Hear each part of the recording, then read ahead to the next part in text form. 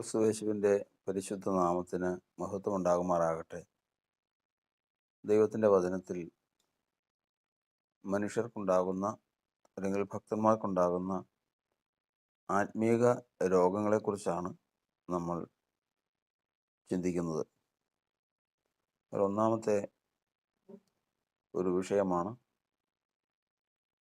ശരീരത്തിൽ സൗഖ്യമില്ലാത്ത അവസ്ഥ.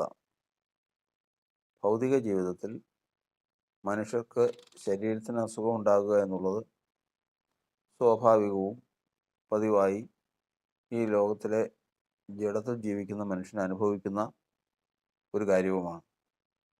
എന്നാൽ അത് ആത്മീയ ജീവിതത്തിലേക്ക് വരുമ്പോൾ ആത്മീകമായി ഇതിന് സമമായിട്ടുള്ള അസുഖമുണ്ട്.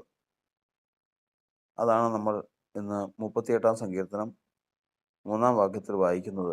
നിന്റെ നീരസം ഹേതുവായി എൻ്റെ ദേഹത്തിൽ സൗഖ്യമില്ല. മനുഷ്യൻ്റെ ദേഹത്തിൽ സൗഖ്യമില്ലാതെ വരുന്നതിൻ്റെ കാരണം ദൈവത്തിൻ്റെ നീരസമാണ്. എന്തുകൊണ്ടാണ് ദൈവം നീരസപ്പെടുന്നത്?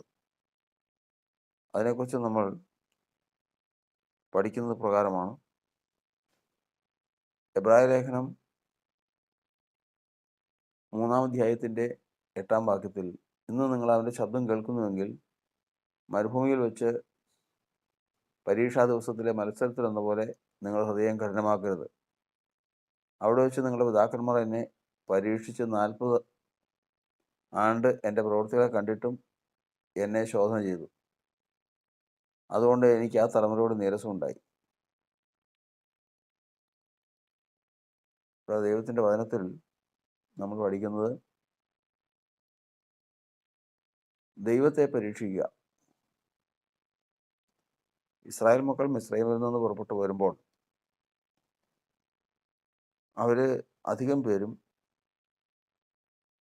അവർ ലക്ഷ്യം വെച്ചിരുന്ന, അല്ലെങ്കിൽ അവരെക്കുറിച്ച് ദൈവം ലക്ഷ്യമാക്കിയിരുന്ന കനാൻ ദേശത്ത് അവരെത്തിയില്ല. അതിൻ്റെ കാരണങ്ങൾ 5 കാരണങ്ങളാണ്. അവർ ഈ 40 വർഷത്തോളം ദൈവത്തോട് മത്സരിച്ചും ദൈവത്തിന് മുമ്പാകെ അവിശ്വസ്തമായി ജീവിച്ചുവെങ്കിലും അവരുടെ മേൽ ചുമത്തിയിരുന്ന കുറ്റം 5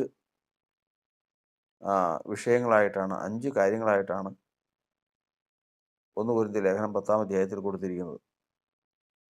അതായത് 1, അവർ ദുർമോഹികളായി. 2, വിഗ്രഹാരാധികളായി. 3, പരസംഗം ചെയ്യുന്നവരായി. 4, ദൈവത്തെ പരീക്ഷിക്കുന്നവരായി.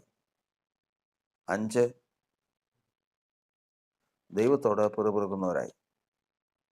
ഈ 5 കാര്യങ്ങളാണ് ദൈവത്തിന് മുൻപാകെ അവരുടെ മേൽ ആരോപിക്കപ്പെട്ട കുറ്റം. ഇന്ന് ദൈവത്തിൻ്റെ സഭയ്ക്കും ഇത് തന്നെയാണ് നേരിടാനുള്ള കാര്യങ്ങൾ. ദൈവത്തിൻ്റെ സഭയും ആത്മീയ ജീവിതത്തിൽ ഇന്ന് മുൻപോട്ട് പോകുമ്പോൾ അവർക്ക് വീഴ്ച ഭവിക്കാനുള്ള കാര്യങ്ങൾ എത്രയെന്ന് ചോദിച്ചാൽ ഈ 5 കാര്യങ്ങളാണ്. അതുകൊണ്ട് വചനം പറയുന്നത് ഇത് നമുക്ക് ദൃഷ്ടാന്തമായി അവർക്ക് സംഭവിച്ചു. ലോകാവസാനം വന്നെത്തിയിരിക്കുന്ന നമുക്ക് ബുദ്ധി ഉപദേശത്തിനായിട്ട് എഴുതിയിരിക്കുന്നു. അപ്പോൾ ഈ 5 കാര്യങ്ങളാണ് ഇസ്രായേൽ ജനം വീണു പോകാനുള്ള കാരണം. ഇതാണ് നമ്മൾ പറയുന്നത്, നാം പഠിച്ചത്. ഇതിൽ ഏറ്റവും പ്രധാനപ്പെട്ട ഒരു കാര്യമാണ് ദൈവത്തെ പരീക്ഷിക്കുക. മരുഭൂമിയിൽ മേശ ഒരുക്കാൻ ദൈവത്തിന് കഴിയുമോ? അപ്പം തരാൻ ദൈവത്തിന് കഴിയുമോ? അവൻ മാംസം വരുത്തി തരുമോ? ഇങ്ങനെ വിവിധ തരത്തിലുള്ള എത്ര ശ്രമിച്ചാലും, എത്ര എന്തെല്ലാം അവർക്ക് ലഭിച്ചാലും അവരിൽ നിന്ന് പുറപ്പെട്ടു വരുന്നത് ദൈവത്തെ പരീക്ഷിച്ചാണ് അവർ മരുഭൂമിയിൽ യാത്ര ചെയ്യുന്നത്. അങ്ങനെ പരീക്ഷിച്ച ജനം ഒടുവിൽ അവരെ ദൈവം ന്യായം വിധിച്ചു. ദൈവത്തെ പരീക്ഷിക്കുന്നവൻ അവൻ ന്യായം വിധിക്കപ്പെടുന്നത് എന്തുകൊണ്ടാണ്? ഒരിക്കലും അവൻ്റെ പരീക്ഷ തീരില്ല. മരുഭൂമിയിൽ ഭക്ഷണം തരാൻ കഴിയുമോ? വെള്ളം തരാൻ കഴിയുമോ? ഇത് രണ്ടും കിട്ടിക്കഴിഞ്ഞാൽ ഇറച്ചി തരാൻ കഴിയുമോ? ഇത് കിട്ടിക്കഴിഞ്ഞാൽ മീൻ തരാൻ കഴിയുമോ? ഇങ്ങനെ അവരുടെ പരാതികൾ ഒരിക്കലും തീരില്ല. അതുകൊണ്ടാണ് ദൈവത്തെ പരീക്ഷിക്കുന്നവർ ഒരു കാര്യത്തിൽ മാത്രമല്ല, എന്നും അവരുടെ പരീക്ഷ എന്നും ദൈവത്തെ പരീക്ഷിച്ചുകൊണ്ടിരിക്കും. ഒരിക്കലും അവർ പരീക്ഷയിൽ അത് സത്യദൈവമാണെന്ന് അവർ മനസ്സിലാക്കി മനം തിരിയുകയില്ല. അതുതന്നെയാണ് നമ്മൾ എബ്രായ ലേഖനത്തിൽ 3-ാം അധ്യായത്തിൽ വായിക്കാനിടയായി തീർന്നത്. 40 ആണ്ട് എനിക്ക് ആ തലമുറയോട് നീരസം ഉണ്ടായിരുന്നു. കാരണം അവർ ദൈവത്തെ പരീക്ഷിച്ചു. മാത്രമല്ല, അവർ എൻ്റെ വഴികളെ അറിഞ്ഞിട്ടില്ലാത്തവരും എന്നും അവർ തെറ്റിപ്പോകുന്ന ഹൃദയമുള്ളവരെന്നും വിധിച്ചു. ഒരിക്കലും അവർക്ക് തെറ്റാത്തൊരു ഹൃദയം ഉണ്ടാവുകയില്ല. ജാതികളുടെ ഒരു ചൊല്ല് കേട്ടിട്ടുണ്ട്: ഒരു കല്ലിൽ തട്ടാത്തവരും ഒരു കല്ലിൽ ഒരു പ്രാവശ്യം തട്ടാത്തവരും 9 പ്രാവശ്യം തട്ടിയവരും ഉണ്ടാവില്ല.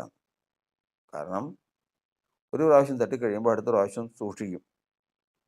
എന്നാലും ചിലപ്പോൾ ഒന്നുകൂടെ തട്ടും, വീണ്ടും ചിലപ്പോൾ ഒന്നുകൂടെ തട്ടിയെന്നിരിക്കും. പക്ഷെ പിന്നീട് ഒരിക്കലും ആ ഭാഗത്ത് വരുമ്പോൾ, മനുഷ്യ ശരീരത്തിനുള്ള പ്രത്യേകതയാണ്, യാന്ത്രികമായിട്ട് അവിടെ വരുമ്പോൾ അവൻ്റെ മനസ്സ് പോലും അറിയാതെ ആ കാല് തട്ടാതെ വണ്ണം ശരീരം തന്നെത്താൻ സൂക്ഷിക്കും. ഇത് സംഭവിക്കുന്ന ഒരനുഭവമാണ്. എന്നാൽ ദൈവത്തെ പരീക്ഷിക്കുന്നവർക്ക് ഇങ്ങനൊരു അനുഭവം ഉണ്ടാവില്ല. അവർക്ക് ഒരു മാസം മുഴുവനും എത്രയേറെ തിന്നാമോ അത്രമാത്രം മാംസം ദൈവം കൊടുത്തു. എത്രമാത്രം ഭക്ഷിക്കാൻ കഴിയുമോ അത്രയും മന്നയും കൊടുത്തു. പാറയിൽ നിന്ന് വെള്ളം പുറപ്പെടുവിച്ചു കൊടുത്തു.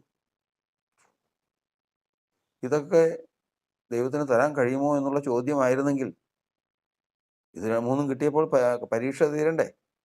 ഇല്ല. ഇനി അടുത്തതിനെക്കുറിച്ച് ചോദിച്ചുകൊണ്ടിരിക്കും, പരീക്ഷിച്ചുകൊണ്ടിരിക്കും.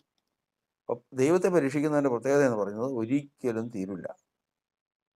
അവൻ്റെ പരീക്ഷ ഒരിക്കലും തീരില്ല. അവൻ എന്തെല്ലാം കിട്ടിയാലും അവനത് ഓർമ്മയിൽ വരികയും ഇല്ല. ഇങ്ങനെ വരുമ്പോഴാണ് കർത്താവ് പറയുന്നത്, അവർ എൻ്റെ വഴികളെ അറിയാത്തവരാണ്, മാത്രമല്ല തെറ്റിപ്പോകുന്ന ഹൃദയമുള്ളവരാണ്. 2 കുറ്റങ്ങളാണ്. ഈ 2 കുറ്റങ്ങളാൽ, അതായത് തെറ്റിപ്പോകുന്ന ഹൃദയമുള്ളവരാണ്, ദൈവത്തിൻ്റെ വഴികളെ അറിയാത്തവരെന്ന് ദൈവം വിധിച്ചു. അങ്ങനെ വിധിച്ച സമയം മുതൽ ആ തലമുറയോട് ദൈവത്തിന് നീരസവും തുടങ്ങി. ഈ നീരസം തുടങ്ങിയ ആ സമയത്ത് തന്നെ അവരുടെ ദേഹത്തിൽ സൗഖ്യമില്ലായ്മയും തുടങ്ങി. ഈ നീരസവും അതിനെ തുടർന്നുണ്ടാകുന്ന സൗഖ്യമില്ലായ്മയും എവിടം വരെയാണ്? ആ നീരസം മുഖാന്തരമുള്ള ദേഹത്തിന് സൗഖ്യമില്ലായ്മ നിലനിന്ന് വർദ്ധിച്ച അവസാനം അവർ മരുഭൂമിയിൽ മരിച്ചു വീണുപോയി, നിലത്തിന് വളമായി തീർന്നു. അപ്പോൾ ഇവിടെ നിന്ന് നമ്മൾ ചിന്തിക്കുന്നത്, ദൈവം നീരസപ്പെട്ടാൽ ആത്മീയമായി അവൻ്റെ ശരീരത്തിന് സൗഖ്യം ഉണ്ടാവില്ല. ശരീരത്തിന് സൗഖ്യമില്ല എങ്കിൽ ചിന്തിച്ചാൽ മതി, ഞാൻ ദൈവത്തെ പരീക്ഷിച്ചിട്ടുണ്ട്. മാത്രമല്ല, എൻ്റെ ഹൃദയം പലപ്പോഴും ദൈവം പലതും പഠിപ്പിച്ചിട്ടും അതിൽ നിൽക്കാതെ എൻ്റെ ഹൃദയം തെറ്റിപ്പോയിട്ടുണ്ട്. മാത്രമല്ല, ദൈവത്തിൻ്റെ വഴി ഇതുവരെ ഞാൻ ഗ്രഹിച്ചിട്ടുമില്ല. ഇങ്ങനെയുള്ള കാരണങ്ങളാൽ ദൈവത്തിൻ്റെ നീരസം ഉള്ളതുകൊണ്ടാണ് എനിക്കിന്ന് എൻ്റെ ശരീരത്തിൽ സൗഖ്യമില്ലായ്മ വന്നിരിക്കുന്നത്. അതുകൊണ്ട് ഞാൻ ചെയ്യേണ്ടത് മറ്റൊന്നുമല്ല, ദൈവത്തെ പരീക്ഷിക്കരുത്. ദൈവം സകലതും എനിക്ക് ആവശ്യമുള്ളത് നൽകിത്തരുവാൻ കഴിവുള്ളവനാണ്. അവൻ ഈ ലോകത്തിലുള്ള സകല ജീവജാലങ്ങൾക്കും ഭക്ഷണവും വെള്ളവും വേണ്ടതെല്ലാം കൊടുത്ത് പരിപാലിക്കുന്നവനാണ്. അവന് കഴിയാത്ത ഒരു കാര്യവുമില്ല. അതുകൊണ്ട് അവനെ പരീക്ഷിക്കാതെ തന്നെ അവൻ നമുക്ക് ആവശ്യമുള്ളത് തരും എന്നുള്ള വിശ്വാസത്തിൽ അവൻ ഹൃദയമുറച്ചാൽ അവൻ്റെ വഴികൾ എന്താണെന്ന് ശ്രദ്ധിച്ച് നോക്കി മനസ്സിലാക്കി അത് നിന്നാൽ ദൈവത്തിൻ്റെ നീരസം നീങ്ങിപ്പോവും. അതുപോലെ തന്നെ ശരീരത്തിൻ്റെ സൗഖ്യമില്ലായ്മയും നീങ്ങിപ്പോവും. സൗഖ്യത്തോടു കൂടി സമാധാനത്തോടു കൂടി കാലേബ് കനാൻ ദേശത്ത് എത്തിയതുപോലെ ദൈവത്തിൻ്റെ ജനത്തിനും ദൈവത്തിൻ്റെ സന്നിധിയിൽ എത്തിച്ചേരുവാൻ ഇടവരും.